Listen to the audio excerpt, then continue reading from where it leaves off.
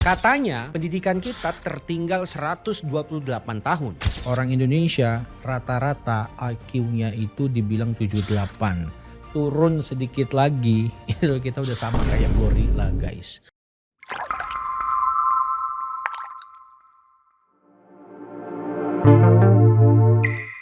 Lo sadar gak kalau akhir-akhir ini lo susah ambil keputusan, lo susah cari solusi, lo susah untuk menentukan prioritas apa yang akan lo kerjakan, atau bahkan lo ngelakuin sesuatu hanya ngelakuin aja tanpa berpikir. Dan celakanya lagi itu terjadi sama sebagian besar orang-orang di Indonesia. Lo sering dengar istilah SDM rendah, SDM rendah, SDM rendah. Dan lo tahu berita tahun lalu yang menggemparkan Indonesia apa? Orang Indonesia rata-rata IQ-nya itu dibilang 78. Turun sedikit lagi, itu kita udah sama kayak gorila, guys. Dan lo tahu nggak salah satu penyebabnya itu apa? Gua sebagai seorang psikolog yang gua amati, gua menduga itu terjadi karena konten-konten yang masuk ke dalam otak kita, konten-konten yang kita tonton setiap hari.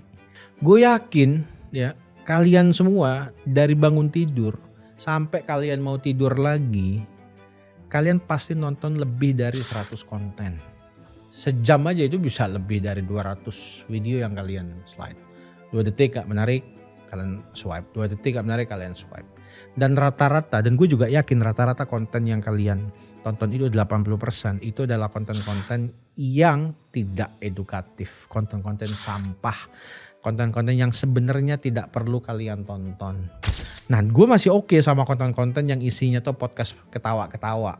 Terkadang gue juga masih nonton yang demikian untuk ngisi waktu gue. Tetapi apa yang menjadi persoalan kita itu adalah komposisi dari konten-konten yang kita tonton.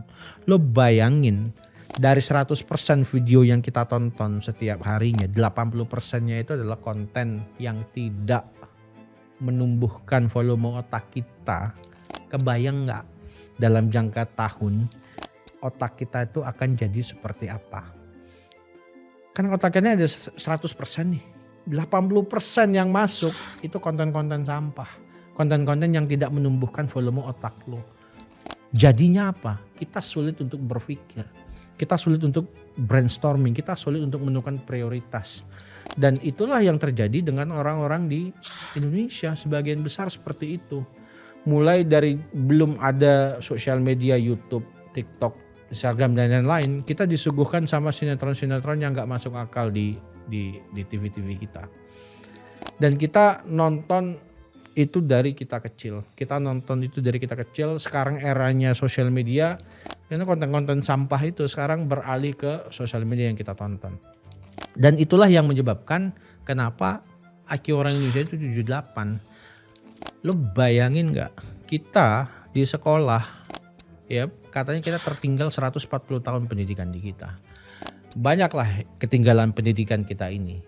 Nah, pendidikan kita di sekolah kita sudah tertinggal, tidak diajarkan real skills gitu ya. Pulang sekolah mereka buka sosial media lagi yang tidak edukatif lagi. Jadi double kill. Double kill. Di sekolah udah gak dapat pendidikan yang layak, gurunya kurang berkualitas. Ya, sebagian guru kurang berkualitas, pulang sekolah nonton hal yang seperti itu. Double kill. Gimana rata-rata IQ orang Indonesia nggak 78? Lu pasti sering ketemu video-video orang nanya anak SMA itu Eropa itu Garut itu di mana gitu ya, kalau gua nggak salah di Eropa katanya. Lu lihat nggak anak SMA di Indonesia bedanya sama anak-anak di luar? Anak di Indonesia berlomba-lomba untuk jadi cantik, berlomba-lomba untuk jadi seksi, anak-anak SMA kita. Itu karena konten-konten yang demikian gitu. Dulu gue pernah ngajar di salah satu kampus. Gue ngajar cyber psychology. Ini kampus di kampus di tahulah apa tuh di dekat ya. Gue pernah ngajar, gue diminta ngajar cyber psychology. Dan gue minta mahasiswa-mahasiswa gue itu untuk bikin satu analisis, satu orang itu menganalisis satu public figure gitu ya. Dianalisis mereka punya postingan-postingan Instagram. Dulu belum ada tuh, TikTok belum rame tuh, yang rame itu Instagram. Di posting, gue minta setiap mahasiswa itu untuk menganalisis perilaku-perilaku public figure, ya kan, berdasarkan apa yang mereka posting.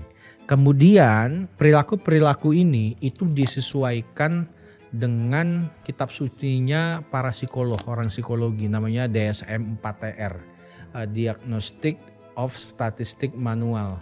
Dan rata-rata perilaku para public figure itu mencerminkan salah satu gangguan yang ada di DSM-4TR itu tadi. Dan gue minta mahasiswa gue itu untuk ngebuat satu postingan yang ngebahas si public figure berikut dengan perilakunya apa dan dugaan yang bersangkutan mengalami gangguan psikologis apa. Setiap hari diposting guys.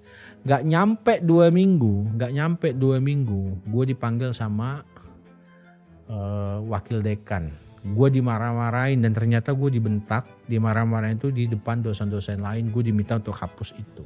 Akhirnya gue dipanggil lah, karena case itu gue dipanggil. Pertama gue ketemu sama si dekannya dulu. Ini dekannya ini sekarang sering muncul di TV dia. Sering muncul di TV, salah satu anggota partai di yang kantor DPP-nya itu di. Gue ketemu dekannya, salam, abis itu gue ke ruangan lain, gue ketemu sama si wakil dekannya ini, gue lupa namanya siapa gitu ya. Gue ditanya penyebab gue apa, dan lu tahu nggak gue dibilang apa? Gue dibilang melakukan analisis kampungan, analisis warung yang dikerjakan sama mahasiswa gue. Padahal yang dikerjakan sama mahasiswa gue itu adalah analisis berdasarkan Diagnostic of Statistic Manual, kitab sucinya orang psikologi gitu. Dan tidak ada judgement di situ, tapi memberikan dugaan mengalami gangguan psikologis tertentu berdasarkan perilaku yang mereka tampilkan di sosial media. Akhirnya gue tanya sama wakil dekan ini, ibu-ibu kebetulan, Bu, ibu punya anak gak? Punya. Usia berapa sekarang? Oh SMP. Oh SMP ya Bu ya?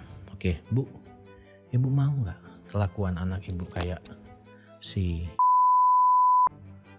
dia pacaran, pangku-pangkuan, cium-ciuman terus diposting? Ibu mau gak anak ibu seperti itu? Ya gak mau dong Mas.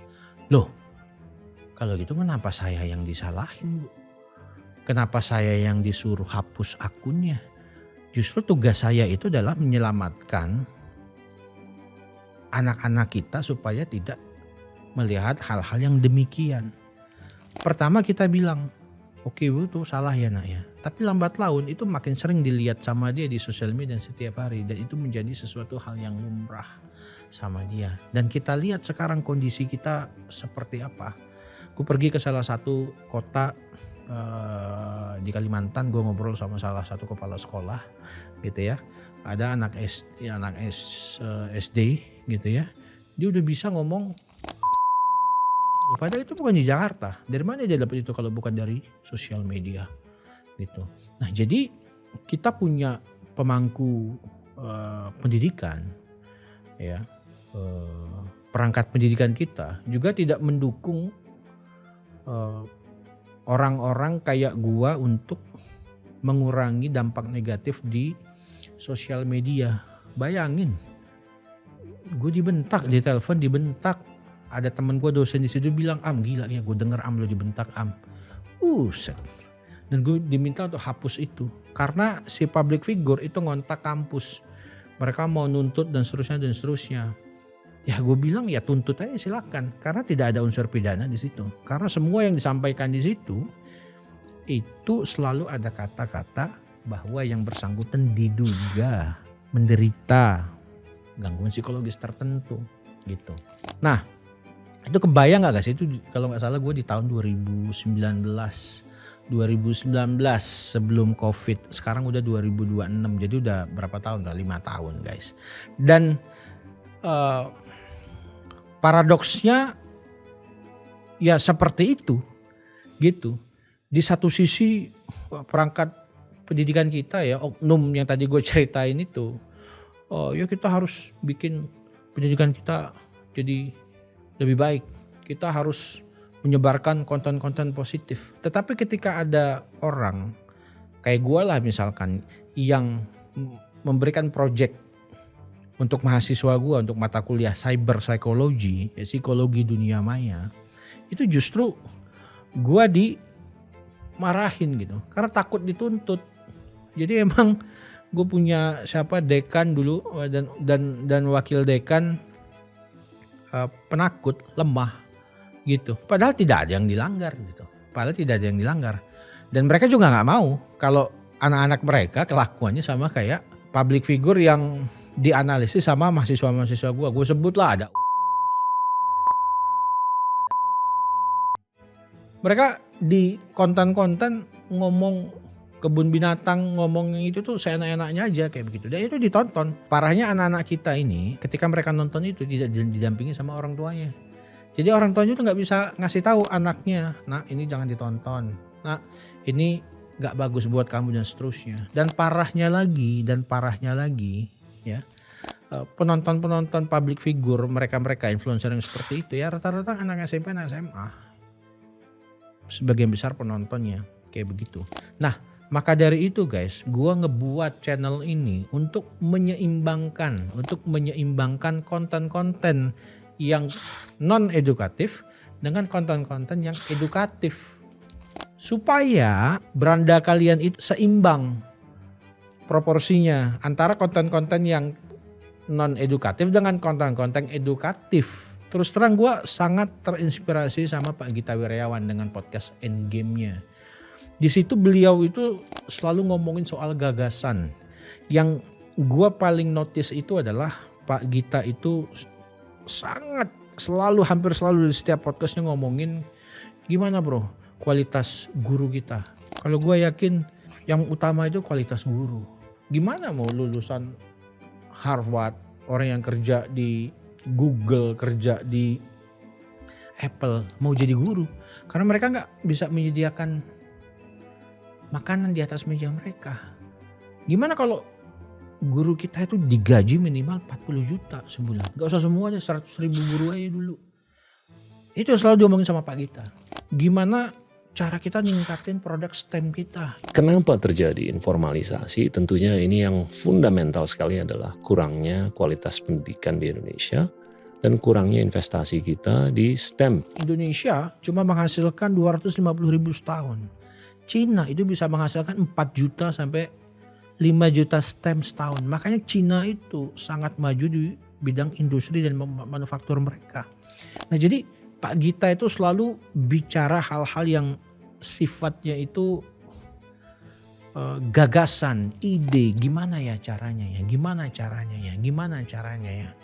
Nah, berbanding terbalik jauh banget sama konten-konten yang berseliweran di YouTube kita. Isinya nyeritain si A, nyeritain si B, nebak harta si A, nebak harta si B. Ya buat apa kita tahu itu sebenarnya? Tapi karena konten-konten yang demikian yang banyak berseliweran di YouTube, di Instagram, di TikTok, jadinya orang-orang Indonesia itu yang ditonton ya itu, karena pilihan dia yang paling banyak itu.